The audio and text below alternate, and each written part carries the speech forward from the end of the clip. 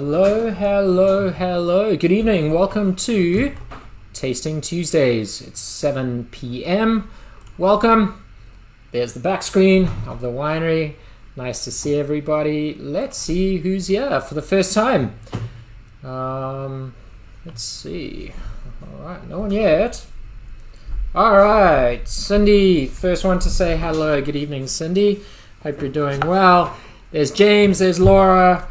Hi folks, how is everyone doing? Hope you had a wonderful, wonderful Tuesday. Let's see who else is here. Maureen Hamilton Scott, love to see you. Frank Morden, good evening to you, sir. Hope you are well. There's Laura Purdy. Let's give it a minute or two. Susan Glenn, so excited. So am I. Terry Hauser, not my first time. Good evening. Mark Scharfenmeyer, OHIO. Hope you're doing well. There's Valerie. Hi, Mark. Hi, Stephen. Brian and Mark, if you're watching, hello. There's Kathy Harden, Kimberly Anshel, Marsha Sugamelli. Some wonderful people. Paul Carney, salut. Right back to you. Let's give it one more minute. And for those that got the bundles, first and foremost, thank you so much. Really, really, really appreciate it. I hope you got them in great condition. What I would suggest doing is hopefully you got the notes in the bundle. Have decanted the wine for about 30 minutes to an hour, which is absolutely fine.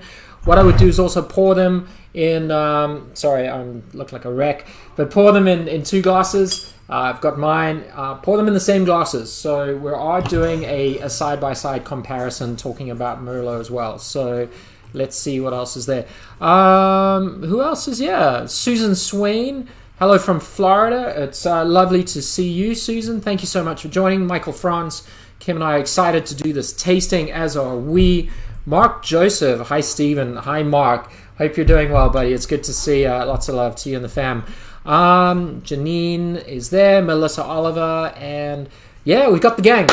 Well, first and foremost, let me welcome you to Tasting Tuesdays, and thank you as well for spending some time with us. We know that time is precious, time with families is precious. It's also the most important, but thank you for number one, ordering these bundles. I'm excited because this is the first time really that we are presenting our 2019 wines to you.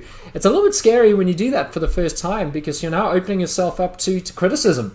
So I hope you are as excited as I am to share it with you. And then just a reminder, today we are doing the Merlot and the Merlot Reserve. Next week, Tuesday, is the Cabernet Franc and the Cabernet Franc Reserve.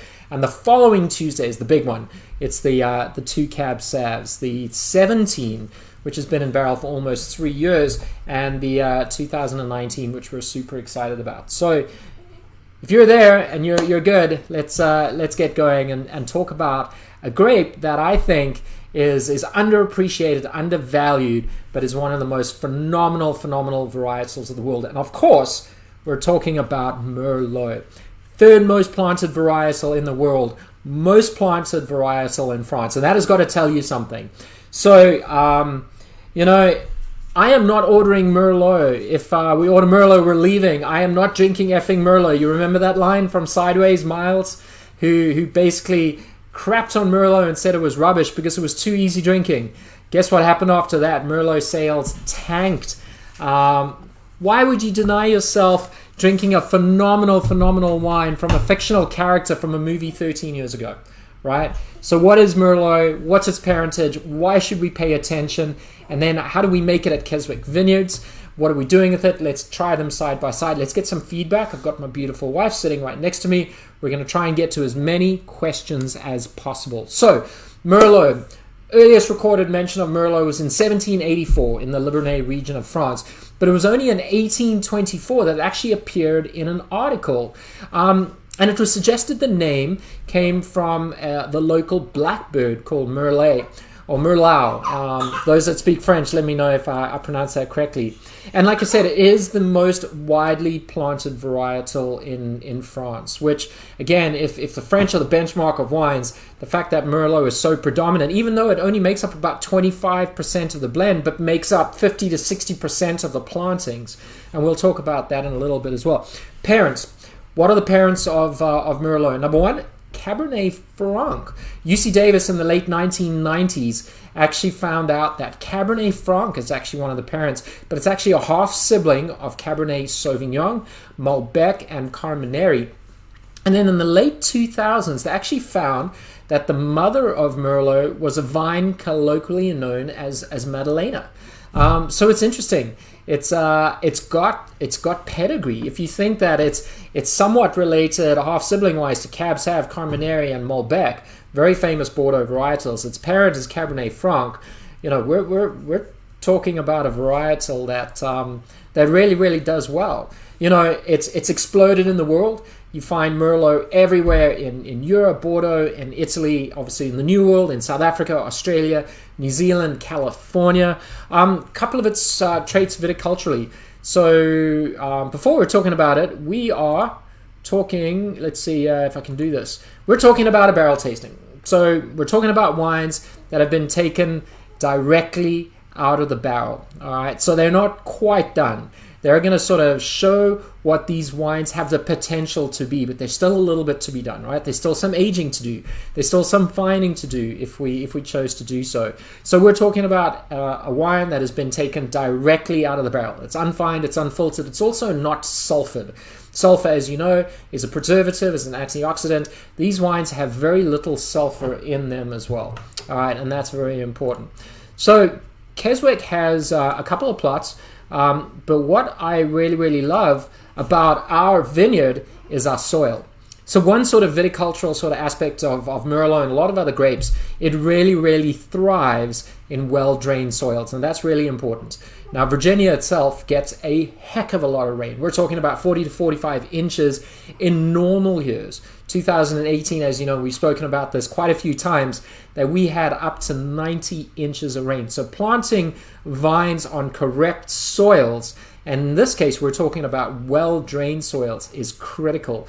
Being able to evacuate water from the vineyard. That is our Merlot vineyard. Those are our soils. And you can see there's a lot of schist and shale broken up in there. Very little clay content. And as you know, clay holds a lot more water than sand or silt. So these soils in the back portion of our winery and our vineyard are incredibly well drained. So what does that do? It very much regulates the vine. You know, Merlot doesn't produce a lot of crop. We're talking about 2 to 2.5 tons an acre. Remember, we're not grape growers. We're wine growers. And let me repeat that.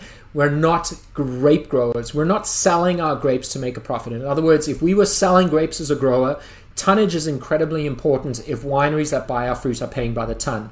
Obviously, what we want to do is grow optimal fruit in terms of physiological ripeness. We want to grow the kind of quality fruit that will allow us to make the kind of wines that we hope to share with you. So that is our soil, really important part of the whole process, right? Let's see. Then we're talking about the grapes itself. They're the grapes.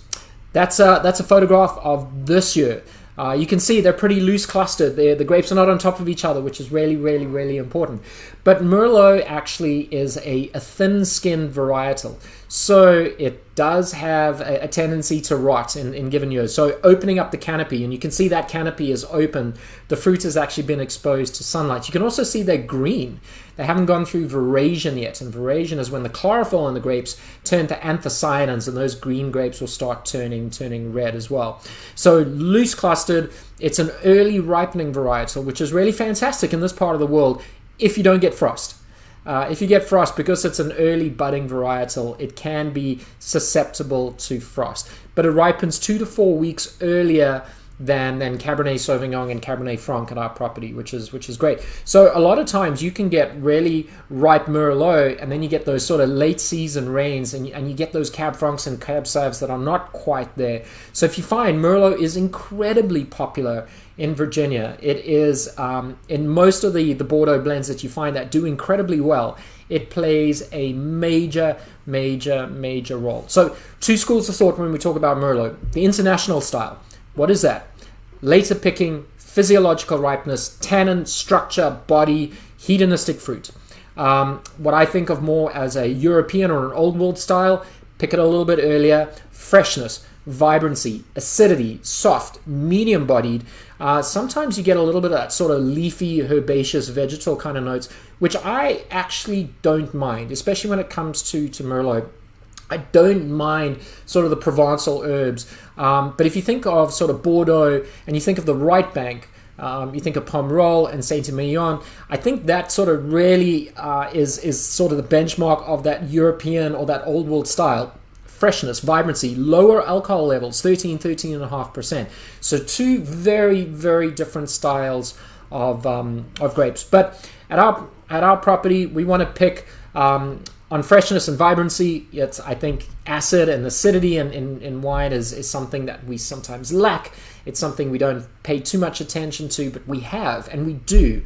So we want to make sure that the seeds are brown, the skins are developed, there's a lot of flavor, there's a lot of amplified flavors and aromas. You want to make sure the tannins are, soft and supple, and the stems are lignified. But we also want to pick fresh fruit. We want to pick fruit that has acidity as well. So when we pick, this fruit is picked by hand into 25-pound lug boxes, goes into cold storage. Once we do that, we go through the process, and I hope you don't mind. I'm just going to run through it very quickly, and then we'll jump into the two wines. So the first thing that we do is we sort. Now, this is post-destemming sorting. So destemming, as the name suggests, it's a machine that separates the berries from the stems. Now, if you see very closely, the berries aren't macerated. We're not putting them through crushers. We're actually looking for fairly whole berries. And then we're sorting, because not all the stems get discarded. There's what we call MOG, material other than grapes, that comes through. Now, in years gone past, that might have gone into a bin or into a fermenter. What we're trying to do is to remove those sort of stems, and a lot of times in Virginia, those stems are a little bit green, and what that's going to do, you're talking about catechin and epicatechin. Those are sort of phenolic compounds that really give you astringency and bitterness. So one first step we do as winemakers and wine growers, give yourself a chance to harvest the best fruit. If you harvest the fruit at the parameters that you want, take care in the fruit that you're going to ferment. So sorting, it's labor intensive. It's about an hour and 20 minutes per half ton. So if you've got 5 tons, you're looking at 12, 14 hours on a sorting table. But it's incredibly important. That fruit then goes into a fermentation vessel. Now, it could be oak, could be concrete, could be a plastic bin, could be a stainless steel tank. But it's a vessel in where the fermentation occurs, and everyone knows fermentation is the natural sugars in the form of glucose and fructose turning into ethyl alcohol. Heat is generated because fermentations are exothermic. Carbon dioxide gets released. And what does that mean when carbon dioxide gets released in a fermentation tank? You're looking at that. And that's my little daughter, who is doing a pump over. And what we're doing is we're taking the wine at the bottom of the tank and we're pumping it over onto the cap or the cake, which could be 2 or 3 feet in width. It's quite thick. And what we want to do is to make sure that we're homogenizing that tank. It's good for sort of temperature. It allows oxygenation of the must. It's also allowing us to extract the color. Now, we do that depending on the vintage and the varietal. We can do it every 2 or 3 hours. We can do it 2 or 3 times a day. But at the end of the day, there's no set way we do it. We used to do punch downs where we actually force the cap down to the bottom mechanically, like literally standing up and pushing something down. But with these big 5-ton fermenters, we're actually sort of pumping the fermenting wine over onto the top. Very gently, about 30 minutes, and that's it. And then from there, after the pump over, the wine, once fermentation is done, will go into a press. Now, fermentation is once all the sugar is fermented out, the alcohol is where it needs to be. You've decided you're going to run the wine off and you're going to take the skins, you're going to put it in the press, and you're going to extract what we call the press wine. Is it different to the free run wine? Absolutely. What we initially do is we separate it. We will actually put one press fraction in a barrel and another press fraction, another press fraction. What it allows us to do is to taste. What we could do is combine the press fractions, which are going to be a bit more tannic and a bit more sugary, with the free run wine, or if we think sensorially the press wine is a little more astringent and chalky and bitter and really takes away or negates the quality of the free run wine, we will keep it separate. All right, so then it goes into barrel, and you can see some of the barrels behind me. We use a combination of French and American. In the foreground, we're looking at 500-liter puncheon-style barrels, which means we have a lot of wine in contact with less surface area. Behind that, in the background, slightly higher up, are very typical 225-liter barriques. Less wine in contact with more oak. So the size of the vessel, very, very important. The age of the vessel, brand new oak versus older oak. French versus American. Everything we're tasting today is coming out of a French barrel. Merlot Reserve. Actually, the barrel on, as you're looking at me, on the left of me, that's the barrel we pulled from. A 500-liter French oak barrel. The Merlot out of a 225-liter French oak barrel. So the aging process, 5 months, 10 months, 2 years, 3 years, whatever it is. We're getting ready to bottle. Some of the things that we could do. Egg whites. Why add egg whites? Egg whites are albumin, they're proteinaceous. Proteins, by definition, precipitate and bind with tannins. So if you've got tannins that are too big, too chalky, too astringent, too dry, and you just want to soften them up a little bit, you just want to polish the wines up a little bit, sometimes we use an egg white fining. You know, you think of other milk, casein, isinglass, swim bladder of a sturgeon fish, but egg whites is generally and commonly used in red wines that it's mixed with a little bit of salt, a little bit of water, you mix it into the barrel.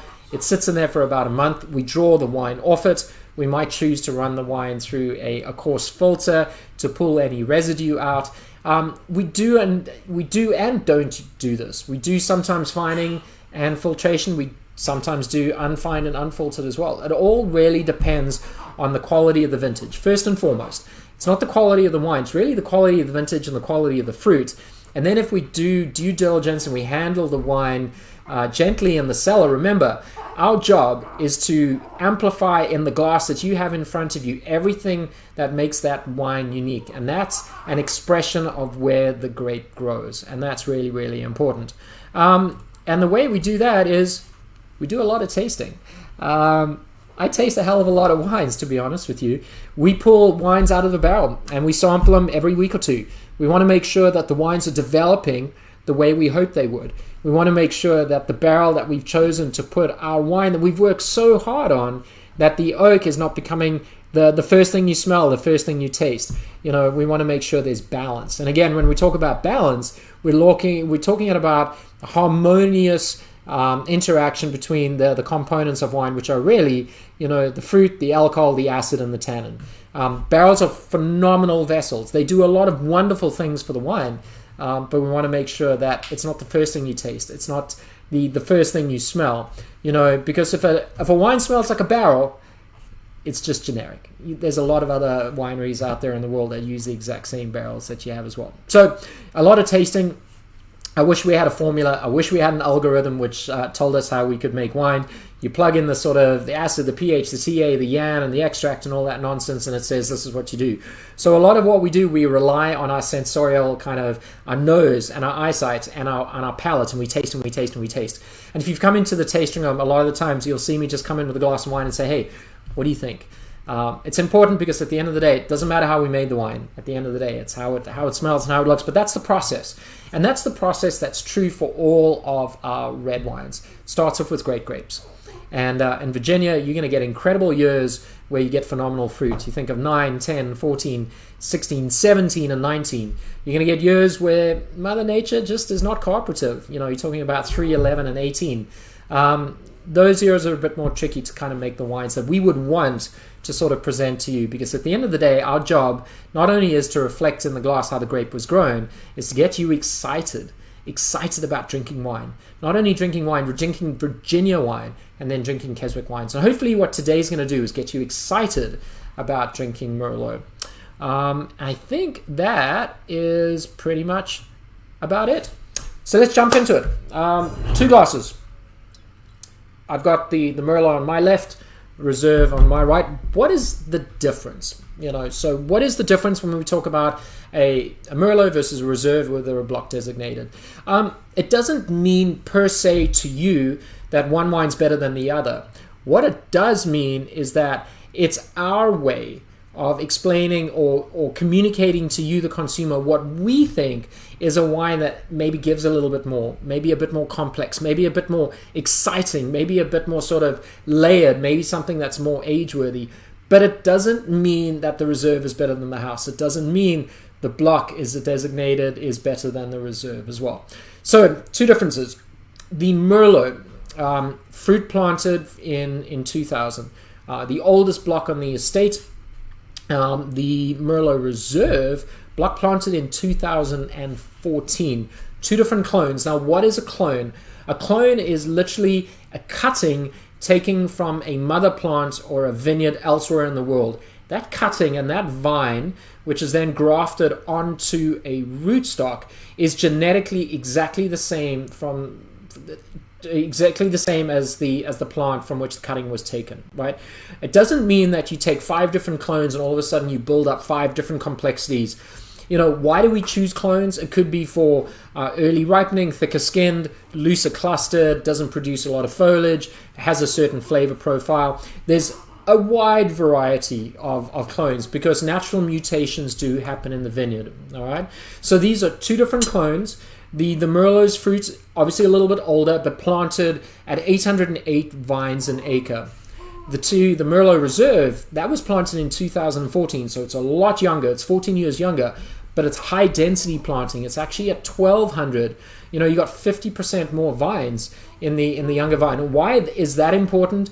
It just means that each plant actually has to produce 50% less fruit to get the same tonnage. But what we're hoping and what we really think is happening is that we're getting better quality fruit from the young vines.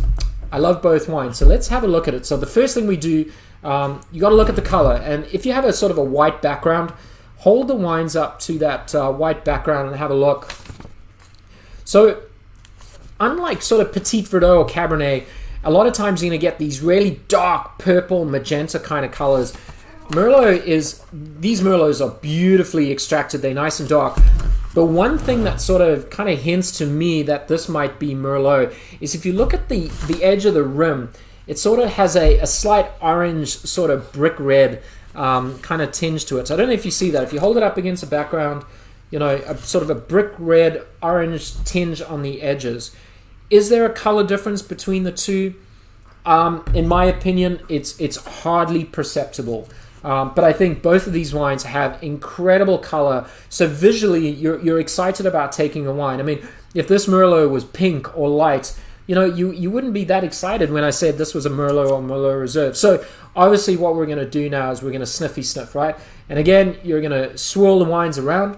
And what that does is it volatilizes and releases the esters. Now, what sort of things can you be thinking about when you think of Merlot? Berries. And when we talk about berries, we're talking about red fruits. So cherries, raspberries, currants, strawberries, that sort of thing. You're also going to get a lot of sort of very perfumey, floral kind of tones in the wine as well. So give the glasses a sniff. And remember, we're doing a side-by-side. Doesn't matter which one you start with. Go back and forth. Think of, we're just talking about aromatically. Are they perceptibly, would you think of this as Merlot? Are they different? So I'm just going to start off with the Merlot. But allow me to say this. Thank you for being here. I hope you're excited. And let's jump into it. And cheers. So the Merlot, the wine is quite tight. You know, meaning that you really have to get in there to smell the wine. And that's actually not uncommon for a wine that is that young. You know, wines when they're a little bit older, they're going to open up. They're going to become more vibrant. So these wines are tight. You know, so aromatically, we're talking about not muted per se. There's aromas, but again, once this wine aerates a little bit, I suggested maybe 30 minutes to an hour. Perhaps it'll take longer. The other thing is, our wine is a little bit, or the wine that I'm having right now is a little bit on the cooler side. I sometimes think we drink our red wines too warm. But remember, this is a personal preference. There's no right or wrong answer to do this, all right? So Merlot, the Merlot is, it's a little bit sort of muted, but I do get a little bit of black tea, which is an interesting component. The aeration really sort of helps a little bit. Then you start getting sort of the perceptible fruits. And again, it's more red spectrum. I'm not getting a lot of sort of dark fruits. And when you think of dark fruits, I always think of sort of blueberry, blackberry, plum, cassis, which is black currant. graphite-y. The other thing I'm getting is is no perceptible oak. Now this, like I said, the Merlot comes from a 225 liter French oak barrel, but the barrel has been used prior. So the barrel has been used 3 years prior to that. So the barrel's not imparting any heavy sort of oak to the wine as well. Now, does it differ to the Merlot Reserve? Now, the Merlot Reserve is a little bit sort of meatier and beefier. Again, it's sort of that tea component. The one thing to be open and transparent about is these blocks grow side by side. So the soil is exactly the same. The row orientation is exactly the same. The elevation is exactly the same. So we're looking at, number one, clonal differences, and then obviously winemaking differences. This comes in a 500 liter puncheon barrel, and this is a barrel that has only been used once prior. So you should get a little bit more oak in there as well. So a little bit more sort of darker, a little bit more sort of smoky. Again, there's fruit, but I don't get it sort of primarily. The aroma, I would say, on the Reserve is probably more amplified, meaning that you can smell it more than you can maybe the Merlot. But does it mean it's the better aroma? It all depends on what you're looking for. So back and forth. Yeah, I think the Merlot is a bit softer, a little bit more fruit forward, a little bit perfumey. I think the Reserve is a touch more smoky, maybe a touch of the oak barrel in there as well. Probably a little bit more amplified, but more sort of that sort of primary how we made the wine, where I think this is a little bit more varietal aroma that you're getting. So let's jump in and taste them and see what you think. So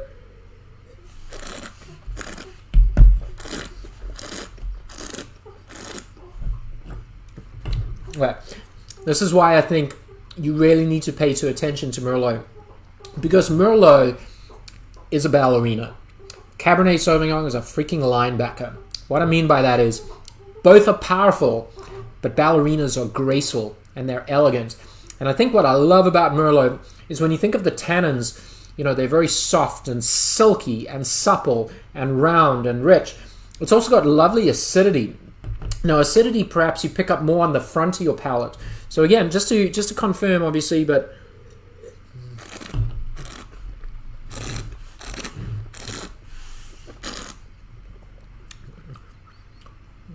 it's got tannin, and tannin's going to react with your the protein in your saliva, because remember, by definition, proteins precipitate and binds with tannin, so you pick it more in your saliva and your salivary glands there as well. But they're not chalky tannins, they're not dry, they're not astringent. Sometimes you taste wines and they're like, it feels like you've swallowed a freaking desert. These wines are really, really supple. It's got lovely fruit. It's got nice length as well. Length is, once you've swallowed the wine, we really are looking for the wine to persist in the mouth. And I think this is textbook Merlot. It has that acidity, has that sort of bright fruit flavor. It has really nice tannins, but really elegant, silky kind of tannins. I really, really, really, really, really, really like this Merlot. So, yeah. So what does the Merlot Reserve? Now, obviously, we're looking for varietal characteristics. They cannot be so different. So again, are there discernible things that maybe make you think that this is a Merlot? And by the way, these are 100% Merlot varietal wines. There is no blending whatsoever. We can actually blend up to 25% of another varietal. So you want to make it darker, add Petit Verdot. You wanted to give it more spice, give it some Cabernet Franc. All right, but these are single varietal, 100% Merlot estate grown. So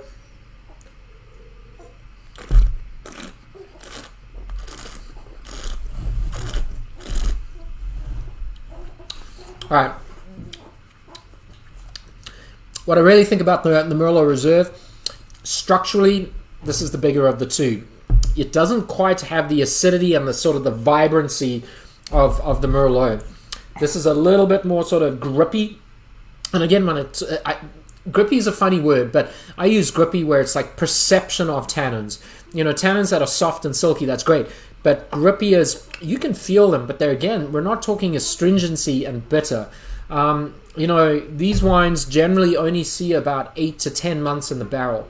They don't age longer than that. We choose not to age them longer than that unless they go into our Bordeaux blend, our heritage. And what Merlot really does to Bordeaux blends is it gives it that softness and that body and that sort of roundness, and it really can give acidity to wine. You know, when you talk about Cabernet Sauvignon, especially if you're harvesting it late and it's got that deep sort of brooding sort of characteristics, sometimes you lack that sort of freshness and that vibrancy as it enters the palate. So that acidity is really, really important. So Merlot could be the dominant blend of a Bordeaux varietal, elegant, soft, silky, a ballerina that you just want to look at because, you know, they're powerful, but they're majestic. You know, it can also be used to soften, to tame, you know, the really sort of the bigger, more muscular kind of Cab Savs and Cab Francs. But I really, really, really think that if you're a wine lover, we need to be paying more attention to Merlot. And I think Virginia makes incredible, incredible Merlots. And I honestly think it's the most underrated varietal in Virginia. I know we always talk about Cabernet Franc and Cabernet Sauvignon and Petit Verdot, but Merlot is the most underrated, in my opinion, varietal in Virginia. I wish more people planted it. I wish more people kind of grew it. I hope you would drink more of it because they are phenomenal, phenomenal wines. But that's sort of the first crack at it. Let's go back and then let's answer some questions. We're at 7:31. So, you know, again, color, beautiful, beautiful, beautiful color.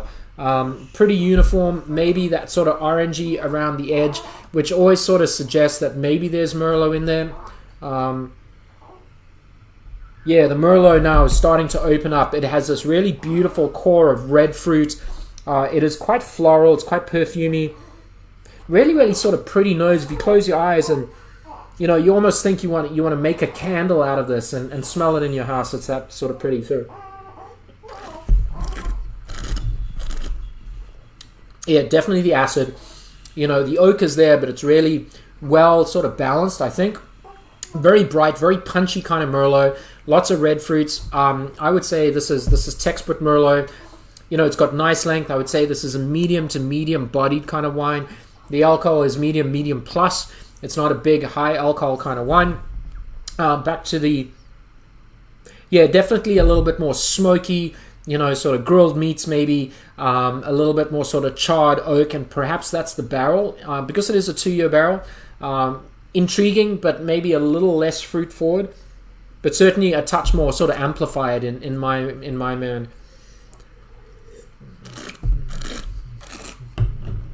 Yeah, it definitely doesn't have the acid and sort of the brightness, but it's got structure and it's got layers. There's a lot going on with this wine. So when we bottle the wine, we always talk about sort of aging potential. You know, our Merlots, I really think, drink beautifully in that 4 to 6, 5 to 7 year range. I think both will age well. The Reserve has got the structure and sort of the boldness to kind of age. I think the Merlot might not have as much structure, but it has the acidity. And that acid is really a key component in aging the wine as well. In terms of food, I know we always talk wine, but in terms of food, sort of pork and ham and lighter meats, these go really well with. But at the end of the day, we also want to make sure that if you just want a glass of wine, you don't have to go and make some food to make this drinkable. So beautiful, sort of estate-grown fruit. I'm excited about sort of the potential of Virginia Merlots. I'm excited about the Merlot on our property. You know, the 14, it's only been in the ground for 6 years now. A lot of school of thought is once you develop age in a Merlot, that's where you really start getting incredible fruit. And I've got to tell you this, if this is the kind of wine that we're making from young vines, you know, wait a few more years once we learn how to do it, once we become better at growing the fruit and become better at making wine. So let's start answering some questions. Firstly, tell me, do you like the wines? Yes. If you do you have a preference? Do you like the Merlot? Do you like the Reserve? I like both. I think if I were to drink a glass of wine right now, I would actually go with the Merlot. But sock a few bottles away for a couple of years and drink it 3, 5, 7 years down the line. That Merlot Reserve is something I'm really, really excited to do. So first thing I saw is ambient yeast and or commercial strainer yeast. Great question. Ambient yeast is when we don't actually take a commercial strain of yeast and inoculate it. So the fermentation is conducted without adding anything. The Merlot Reserve is actually fermented ambiently or natively, and the Merlot is actually fermented with a strain of Saccharomyces cerevisiae. We actually broke the block into multiple tons, multiple bins, so we used 4 different strains of yeast: NT116, D254, what was the others? I think maybe NT50 and something like that. And what we want to do is we also want to learn, punching down how often, how long, what does it do to the wine? What are there different sort of flavor profiles with when it comes to yeast? And then with the reserve, if you have clean fruit, if you don't have any rot, what we would like to do, again, if we're trying to amplify the unique characteristics of our site and our grapes in a glass, part of that is the natural microflora that comes in on the grapes. So the reserve is actually fermented without the addition of yeast. It's a bit scary.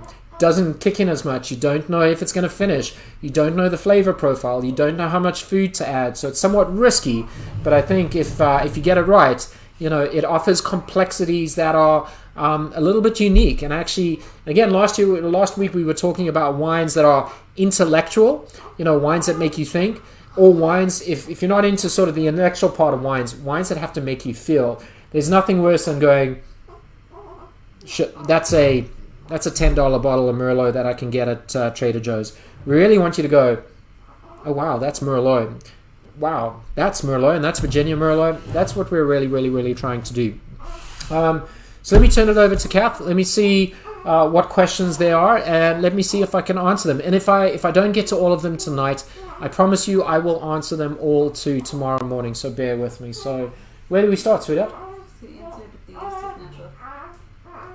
Alright. Sorry, little guy is kind of chatting up a storm. He's got an opinion. Dan also asked what determines the interval for the punch downs? Is it the thickness of the cap, or how do you determine that? The interval, the question is, how do we determine the intervals of the punch down? It depends on what we want to do. We used to do every 2 hours. So if you had 20 fermentations going on, that was hard to keep up with, and we were really trying to get as much extraction as possible. I think we've matured a little bit since then.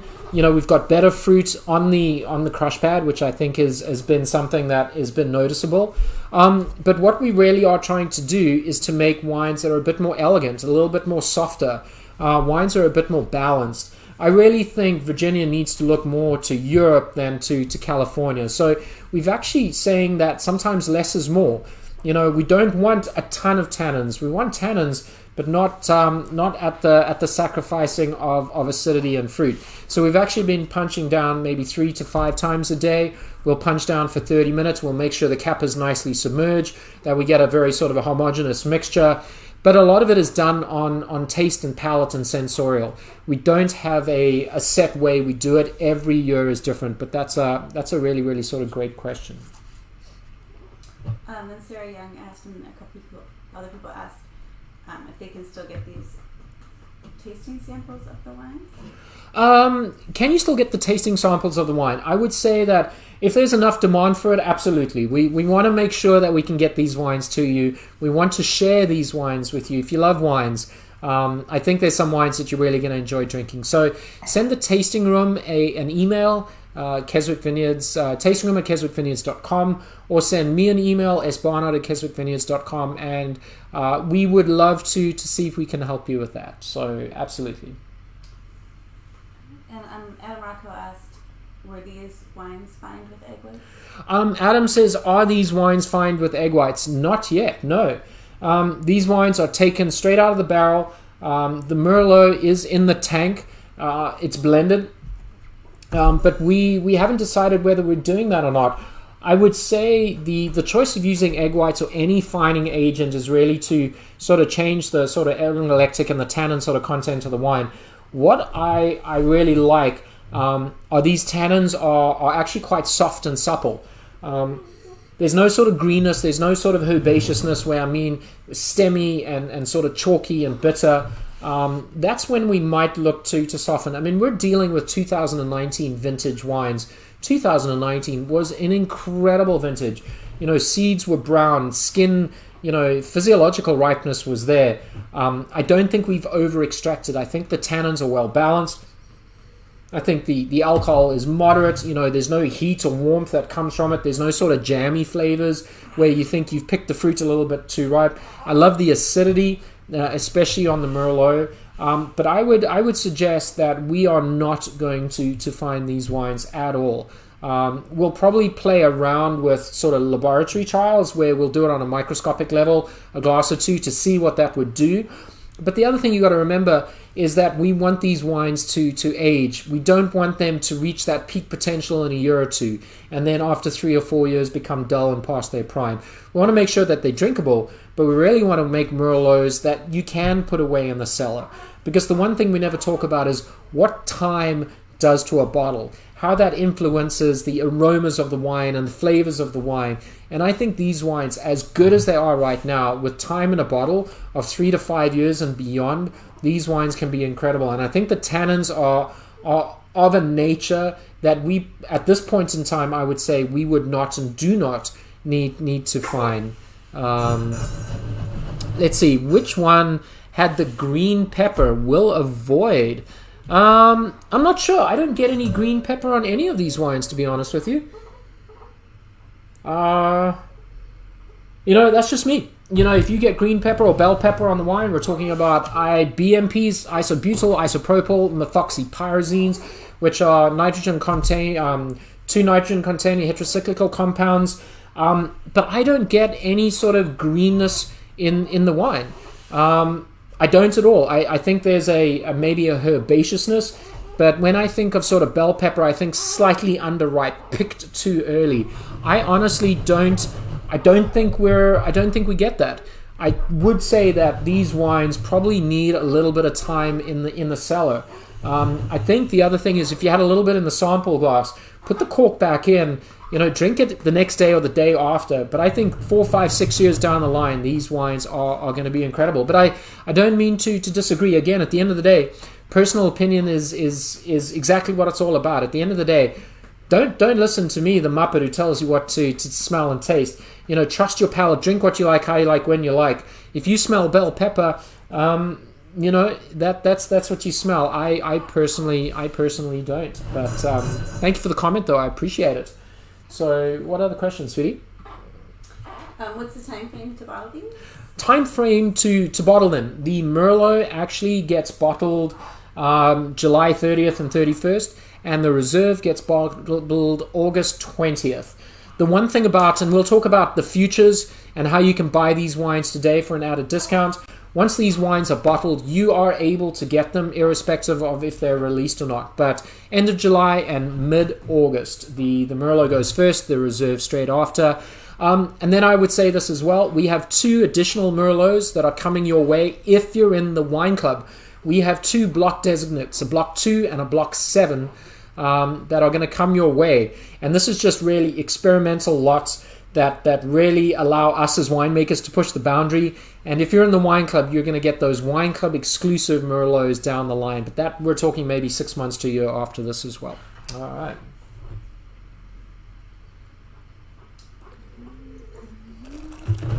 Adam Rocco asked, the Merlot and the Heritage, does that come from these same blocks? Oh, yeah. Adam asked a question about the Merlot in the Heritage. Yeah, the Merlot in the Heritage comes from the same blocks. So altogether, we have about 3.5 acres of Merlot, which is plenty for what we're trying to do. But yeah, the Merlot for the Heritage is actually a combination of the two blended with the Cab Sav. So yeah, absolutely, without a doubt. Great question. Let's see. Donna Goff says Merlot does beautifully in Virginia. Absolutely, Donna. I think there's a lot of wineries that make incredible Merlots. Not a lot of single varietal Merlots. Where I see Merlot really, really used is generally as the dominant blending component in Meritage blends. And I think Virginia does incredible versions of Bordeaux varietal. So, Merlot, despite what you think of it, belongs in any conversation with anything, with Pinot Noir and Sauvignon Blanc and Chardonnay and Cab Franc and Cab Sav. If you think of the most famous wines, the right bank border are generally dominant Merlot wines. If you think of Palmyre and you think of Duckhorn with their 3 palms, Merlot is a phenomenal grape, a phenomenal drinking wine. I think sometimes, people kind of give it a hard time because it's too easy drinking, it's too soft, and it's too supple. And I know a movie, kind of really set the tone and Merlot sales tanked.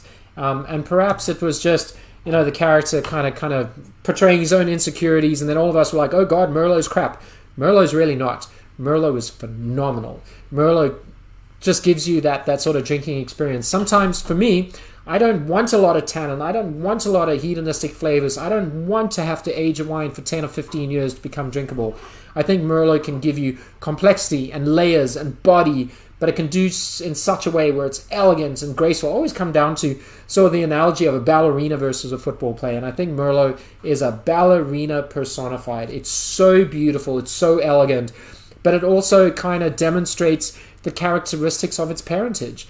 It's got the body and the tannin structure from the Cab Franc and the Cab Sauv. It's got the color, it's got freshness, it's got vibrancy. It's a hell of a complex kind of wine, and it's a wine that I really enjoy making. I enjoy growing it, and I hope you too do. So what else do we have here? Let's see. Suzanne says, I prefer the Reserve. We're glad you prefer the Reserve. They're very different. I think they both discernible. You wouldn't think these are Cab Franc or Cab Sauv or Petit Verdot, but they are different, and that's really important. We want to make sure that the bottlings that we offer you are indeed different.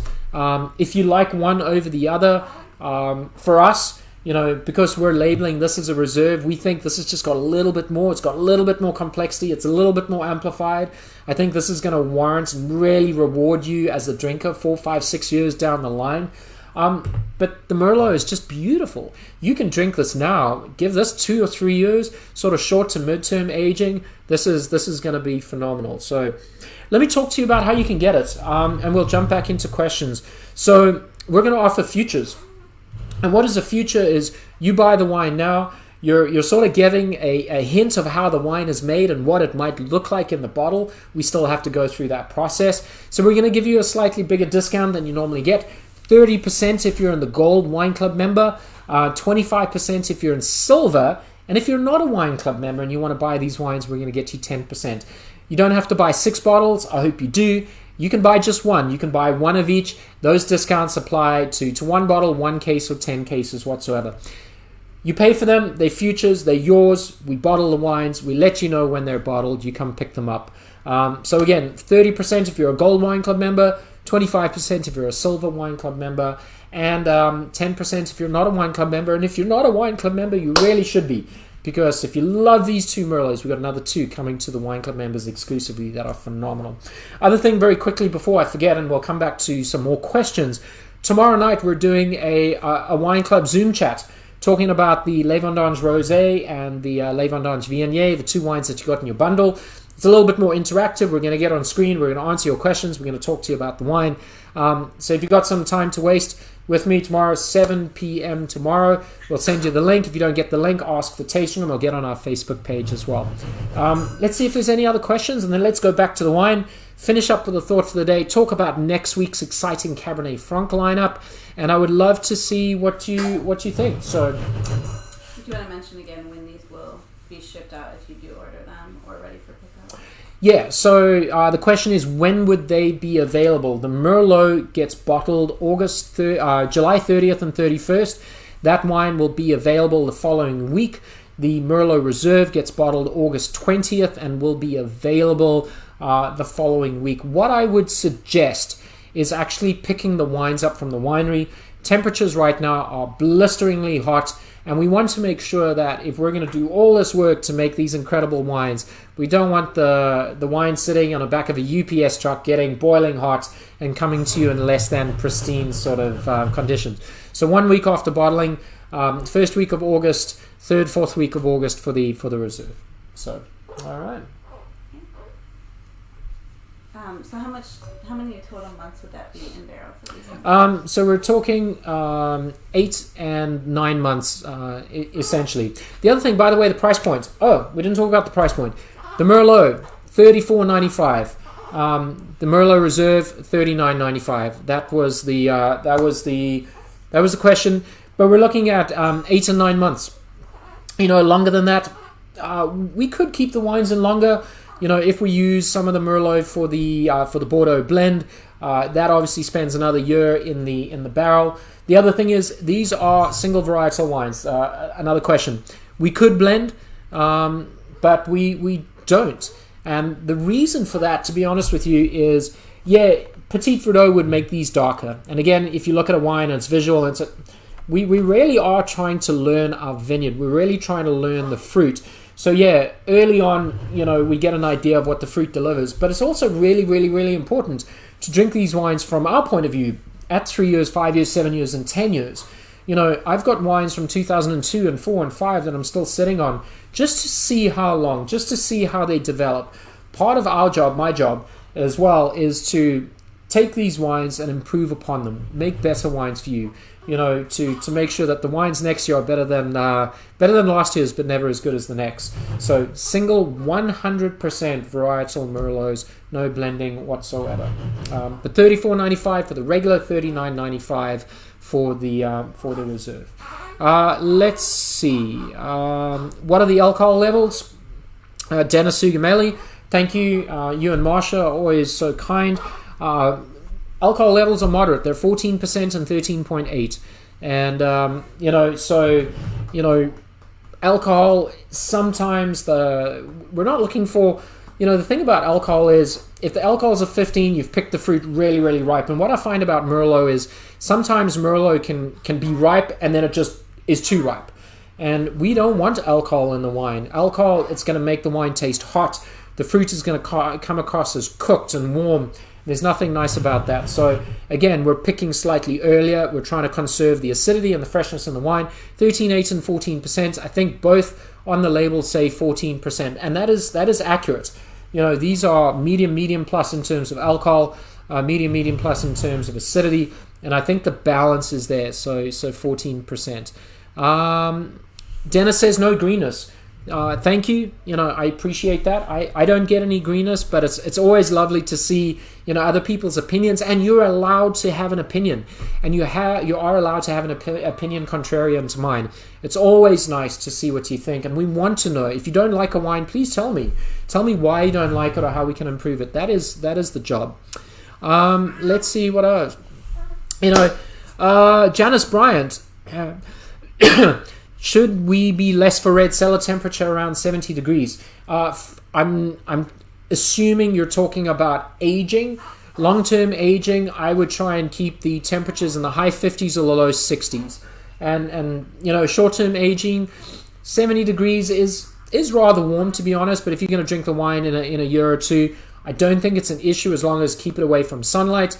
Make sure the temperature stays at a consistent temperature. But for long-term aging, 56 to 58, low 60s, that would be ideal.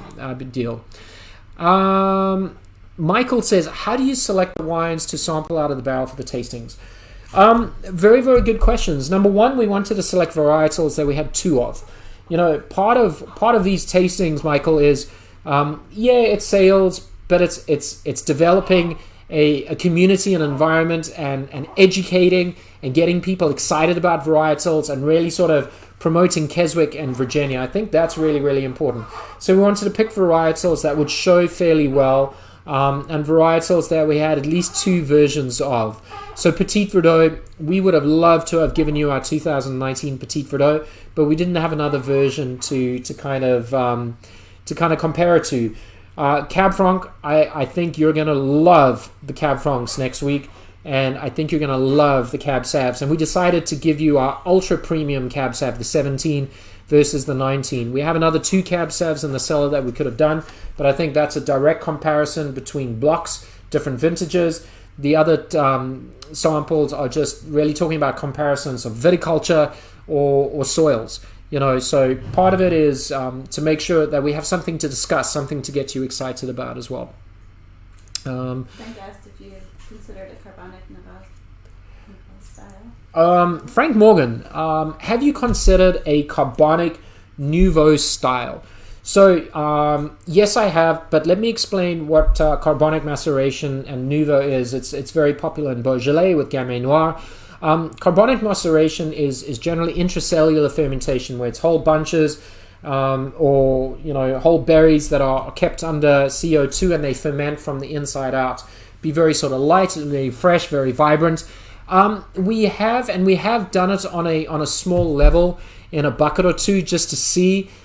We're not ready, and we don't have a lot of Merlot to really play with that. What I am thinking of doing carbonic maceration on this year, Frank, is actually Cabernet Franc.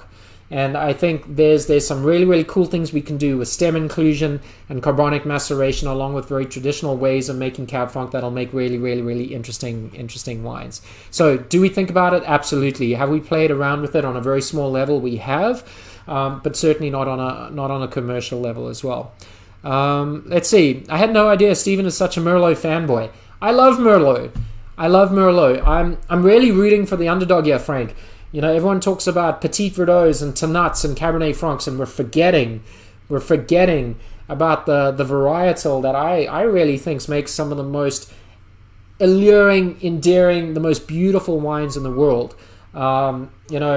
This is a Renoir. It belongs in an art gallery for all to see. Merlot's fashionable. Don't let movies and social media and populist opinions change your mind. I love Merlot. I drink a lot of Merlot. I'd like to see it more as a varietal. I see the value as a blending component, but I really, really think Virginia makes incredible Merlots, and I think down the line you're going to see Merlot kind of make a resurgence and really be a sort of staple of all our wines right there as well. Let's see. Mark Joseph said he thought it would be the grape Virginia is known for someday. Yes, Mark, fair point. A couple of years ago, we were really, really big on Merlot. And back then, we really thought, Merlot would do well. And, we've had to learn how to grow it better. We've had to learn how to make them better.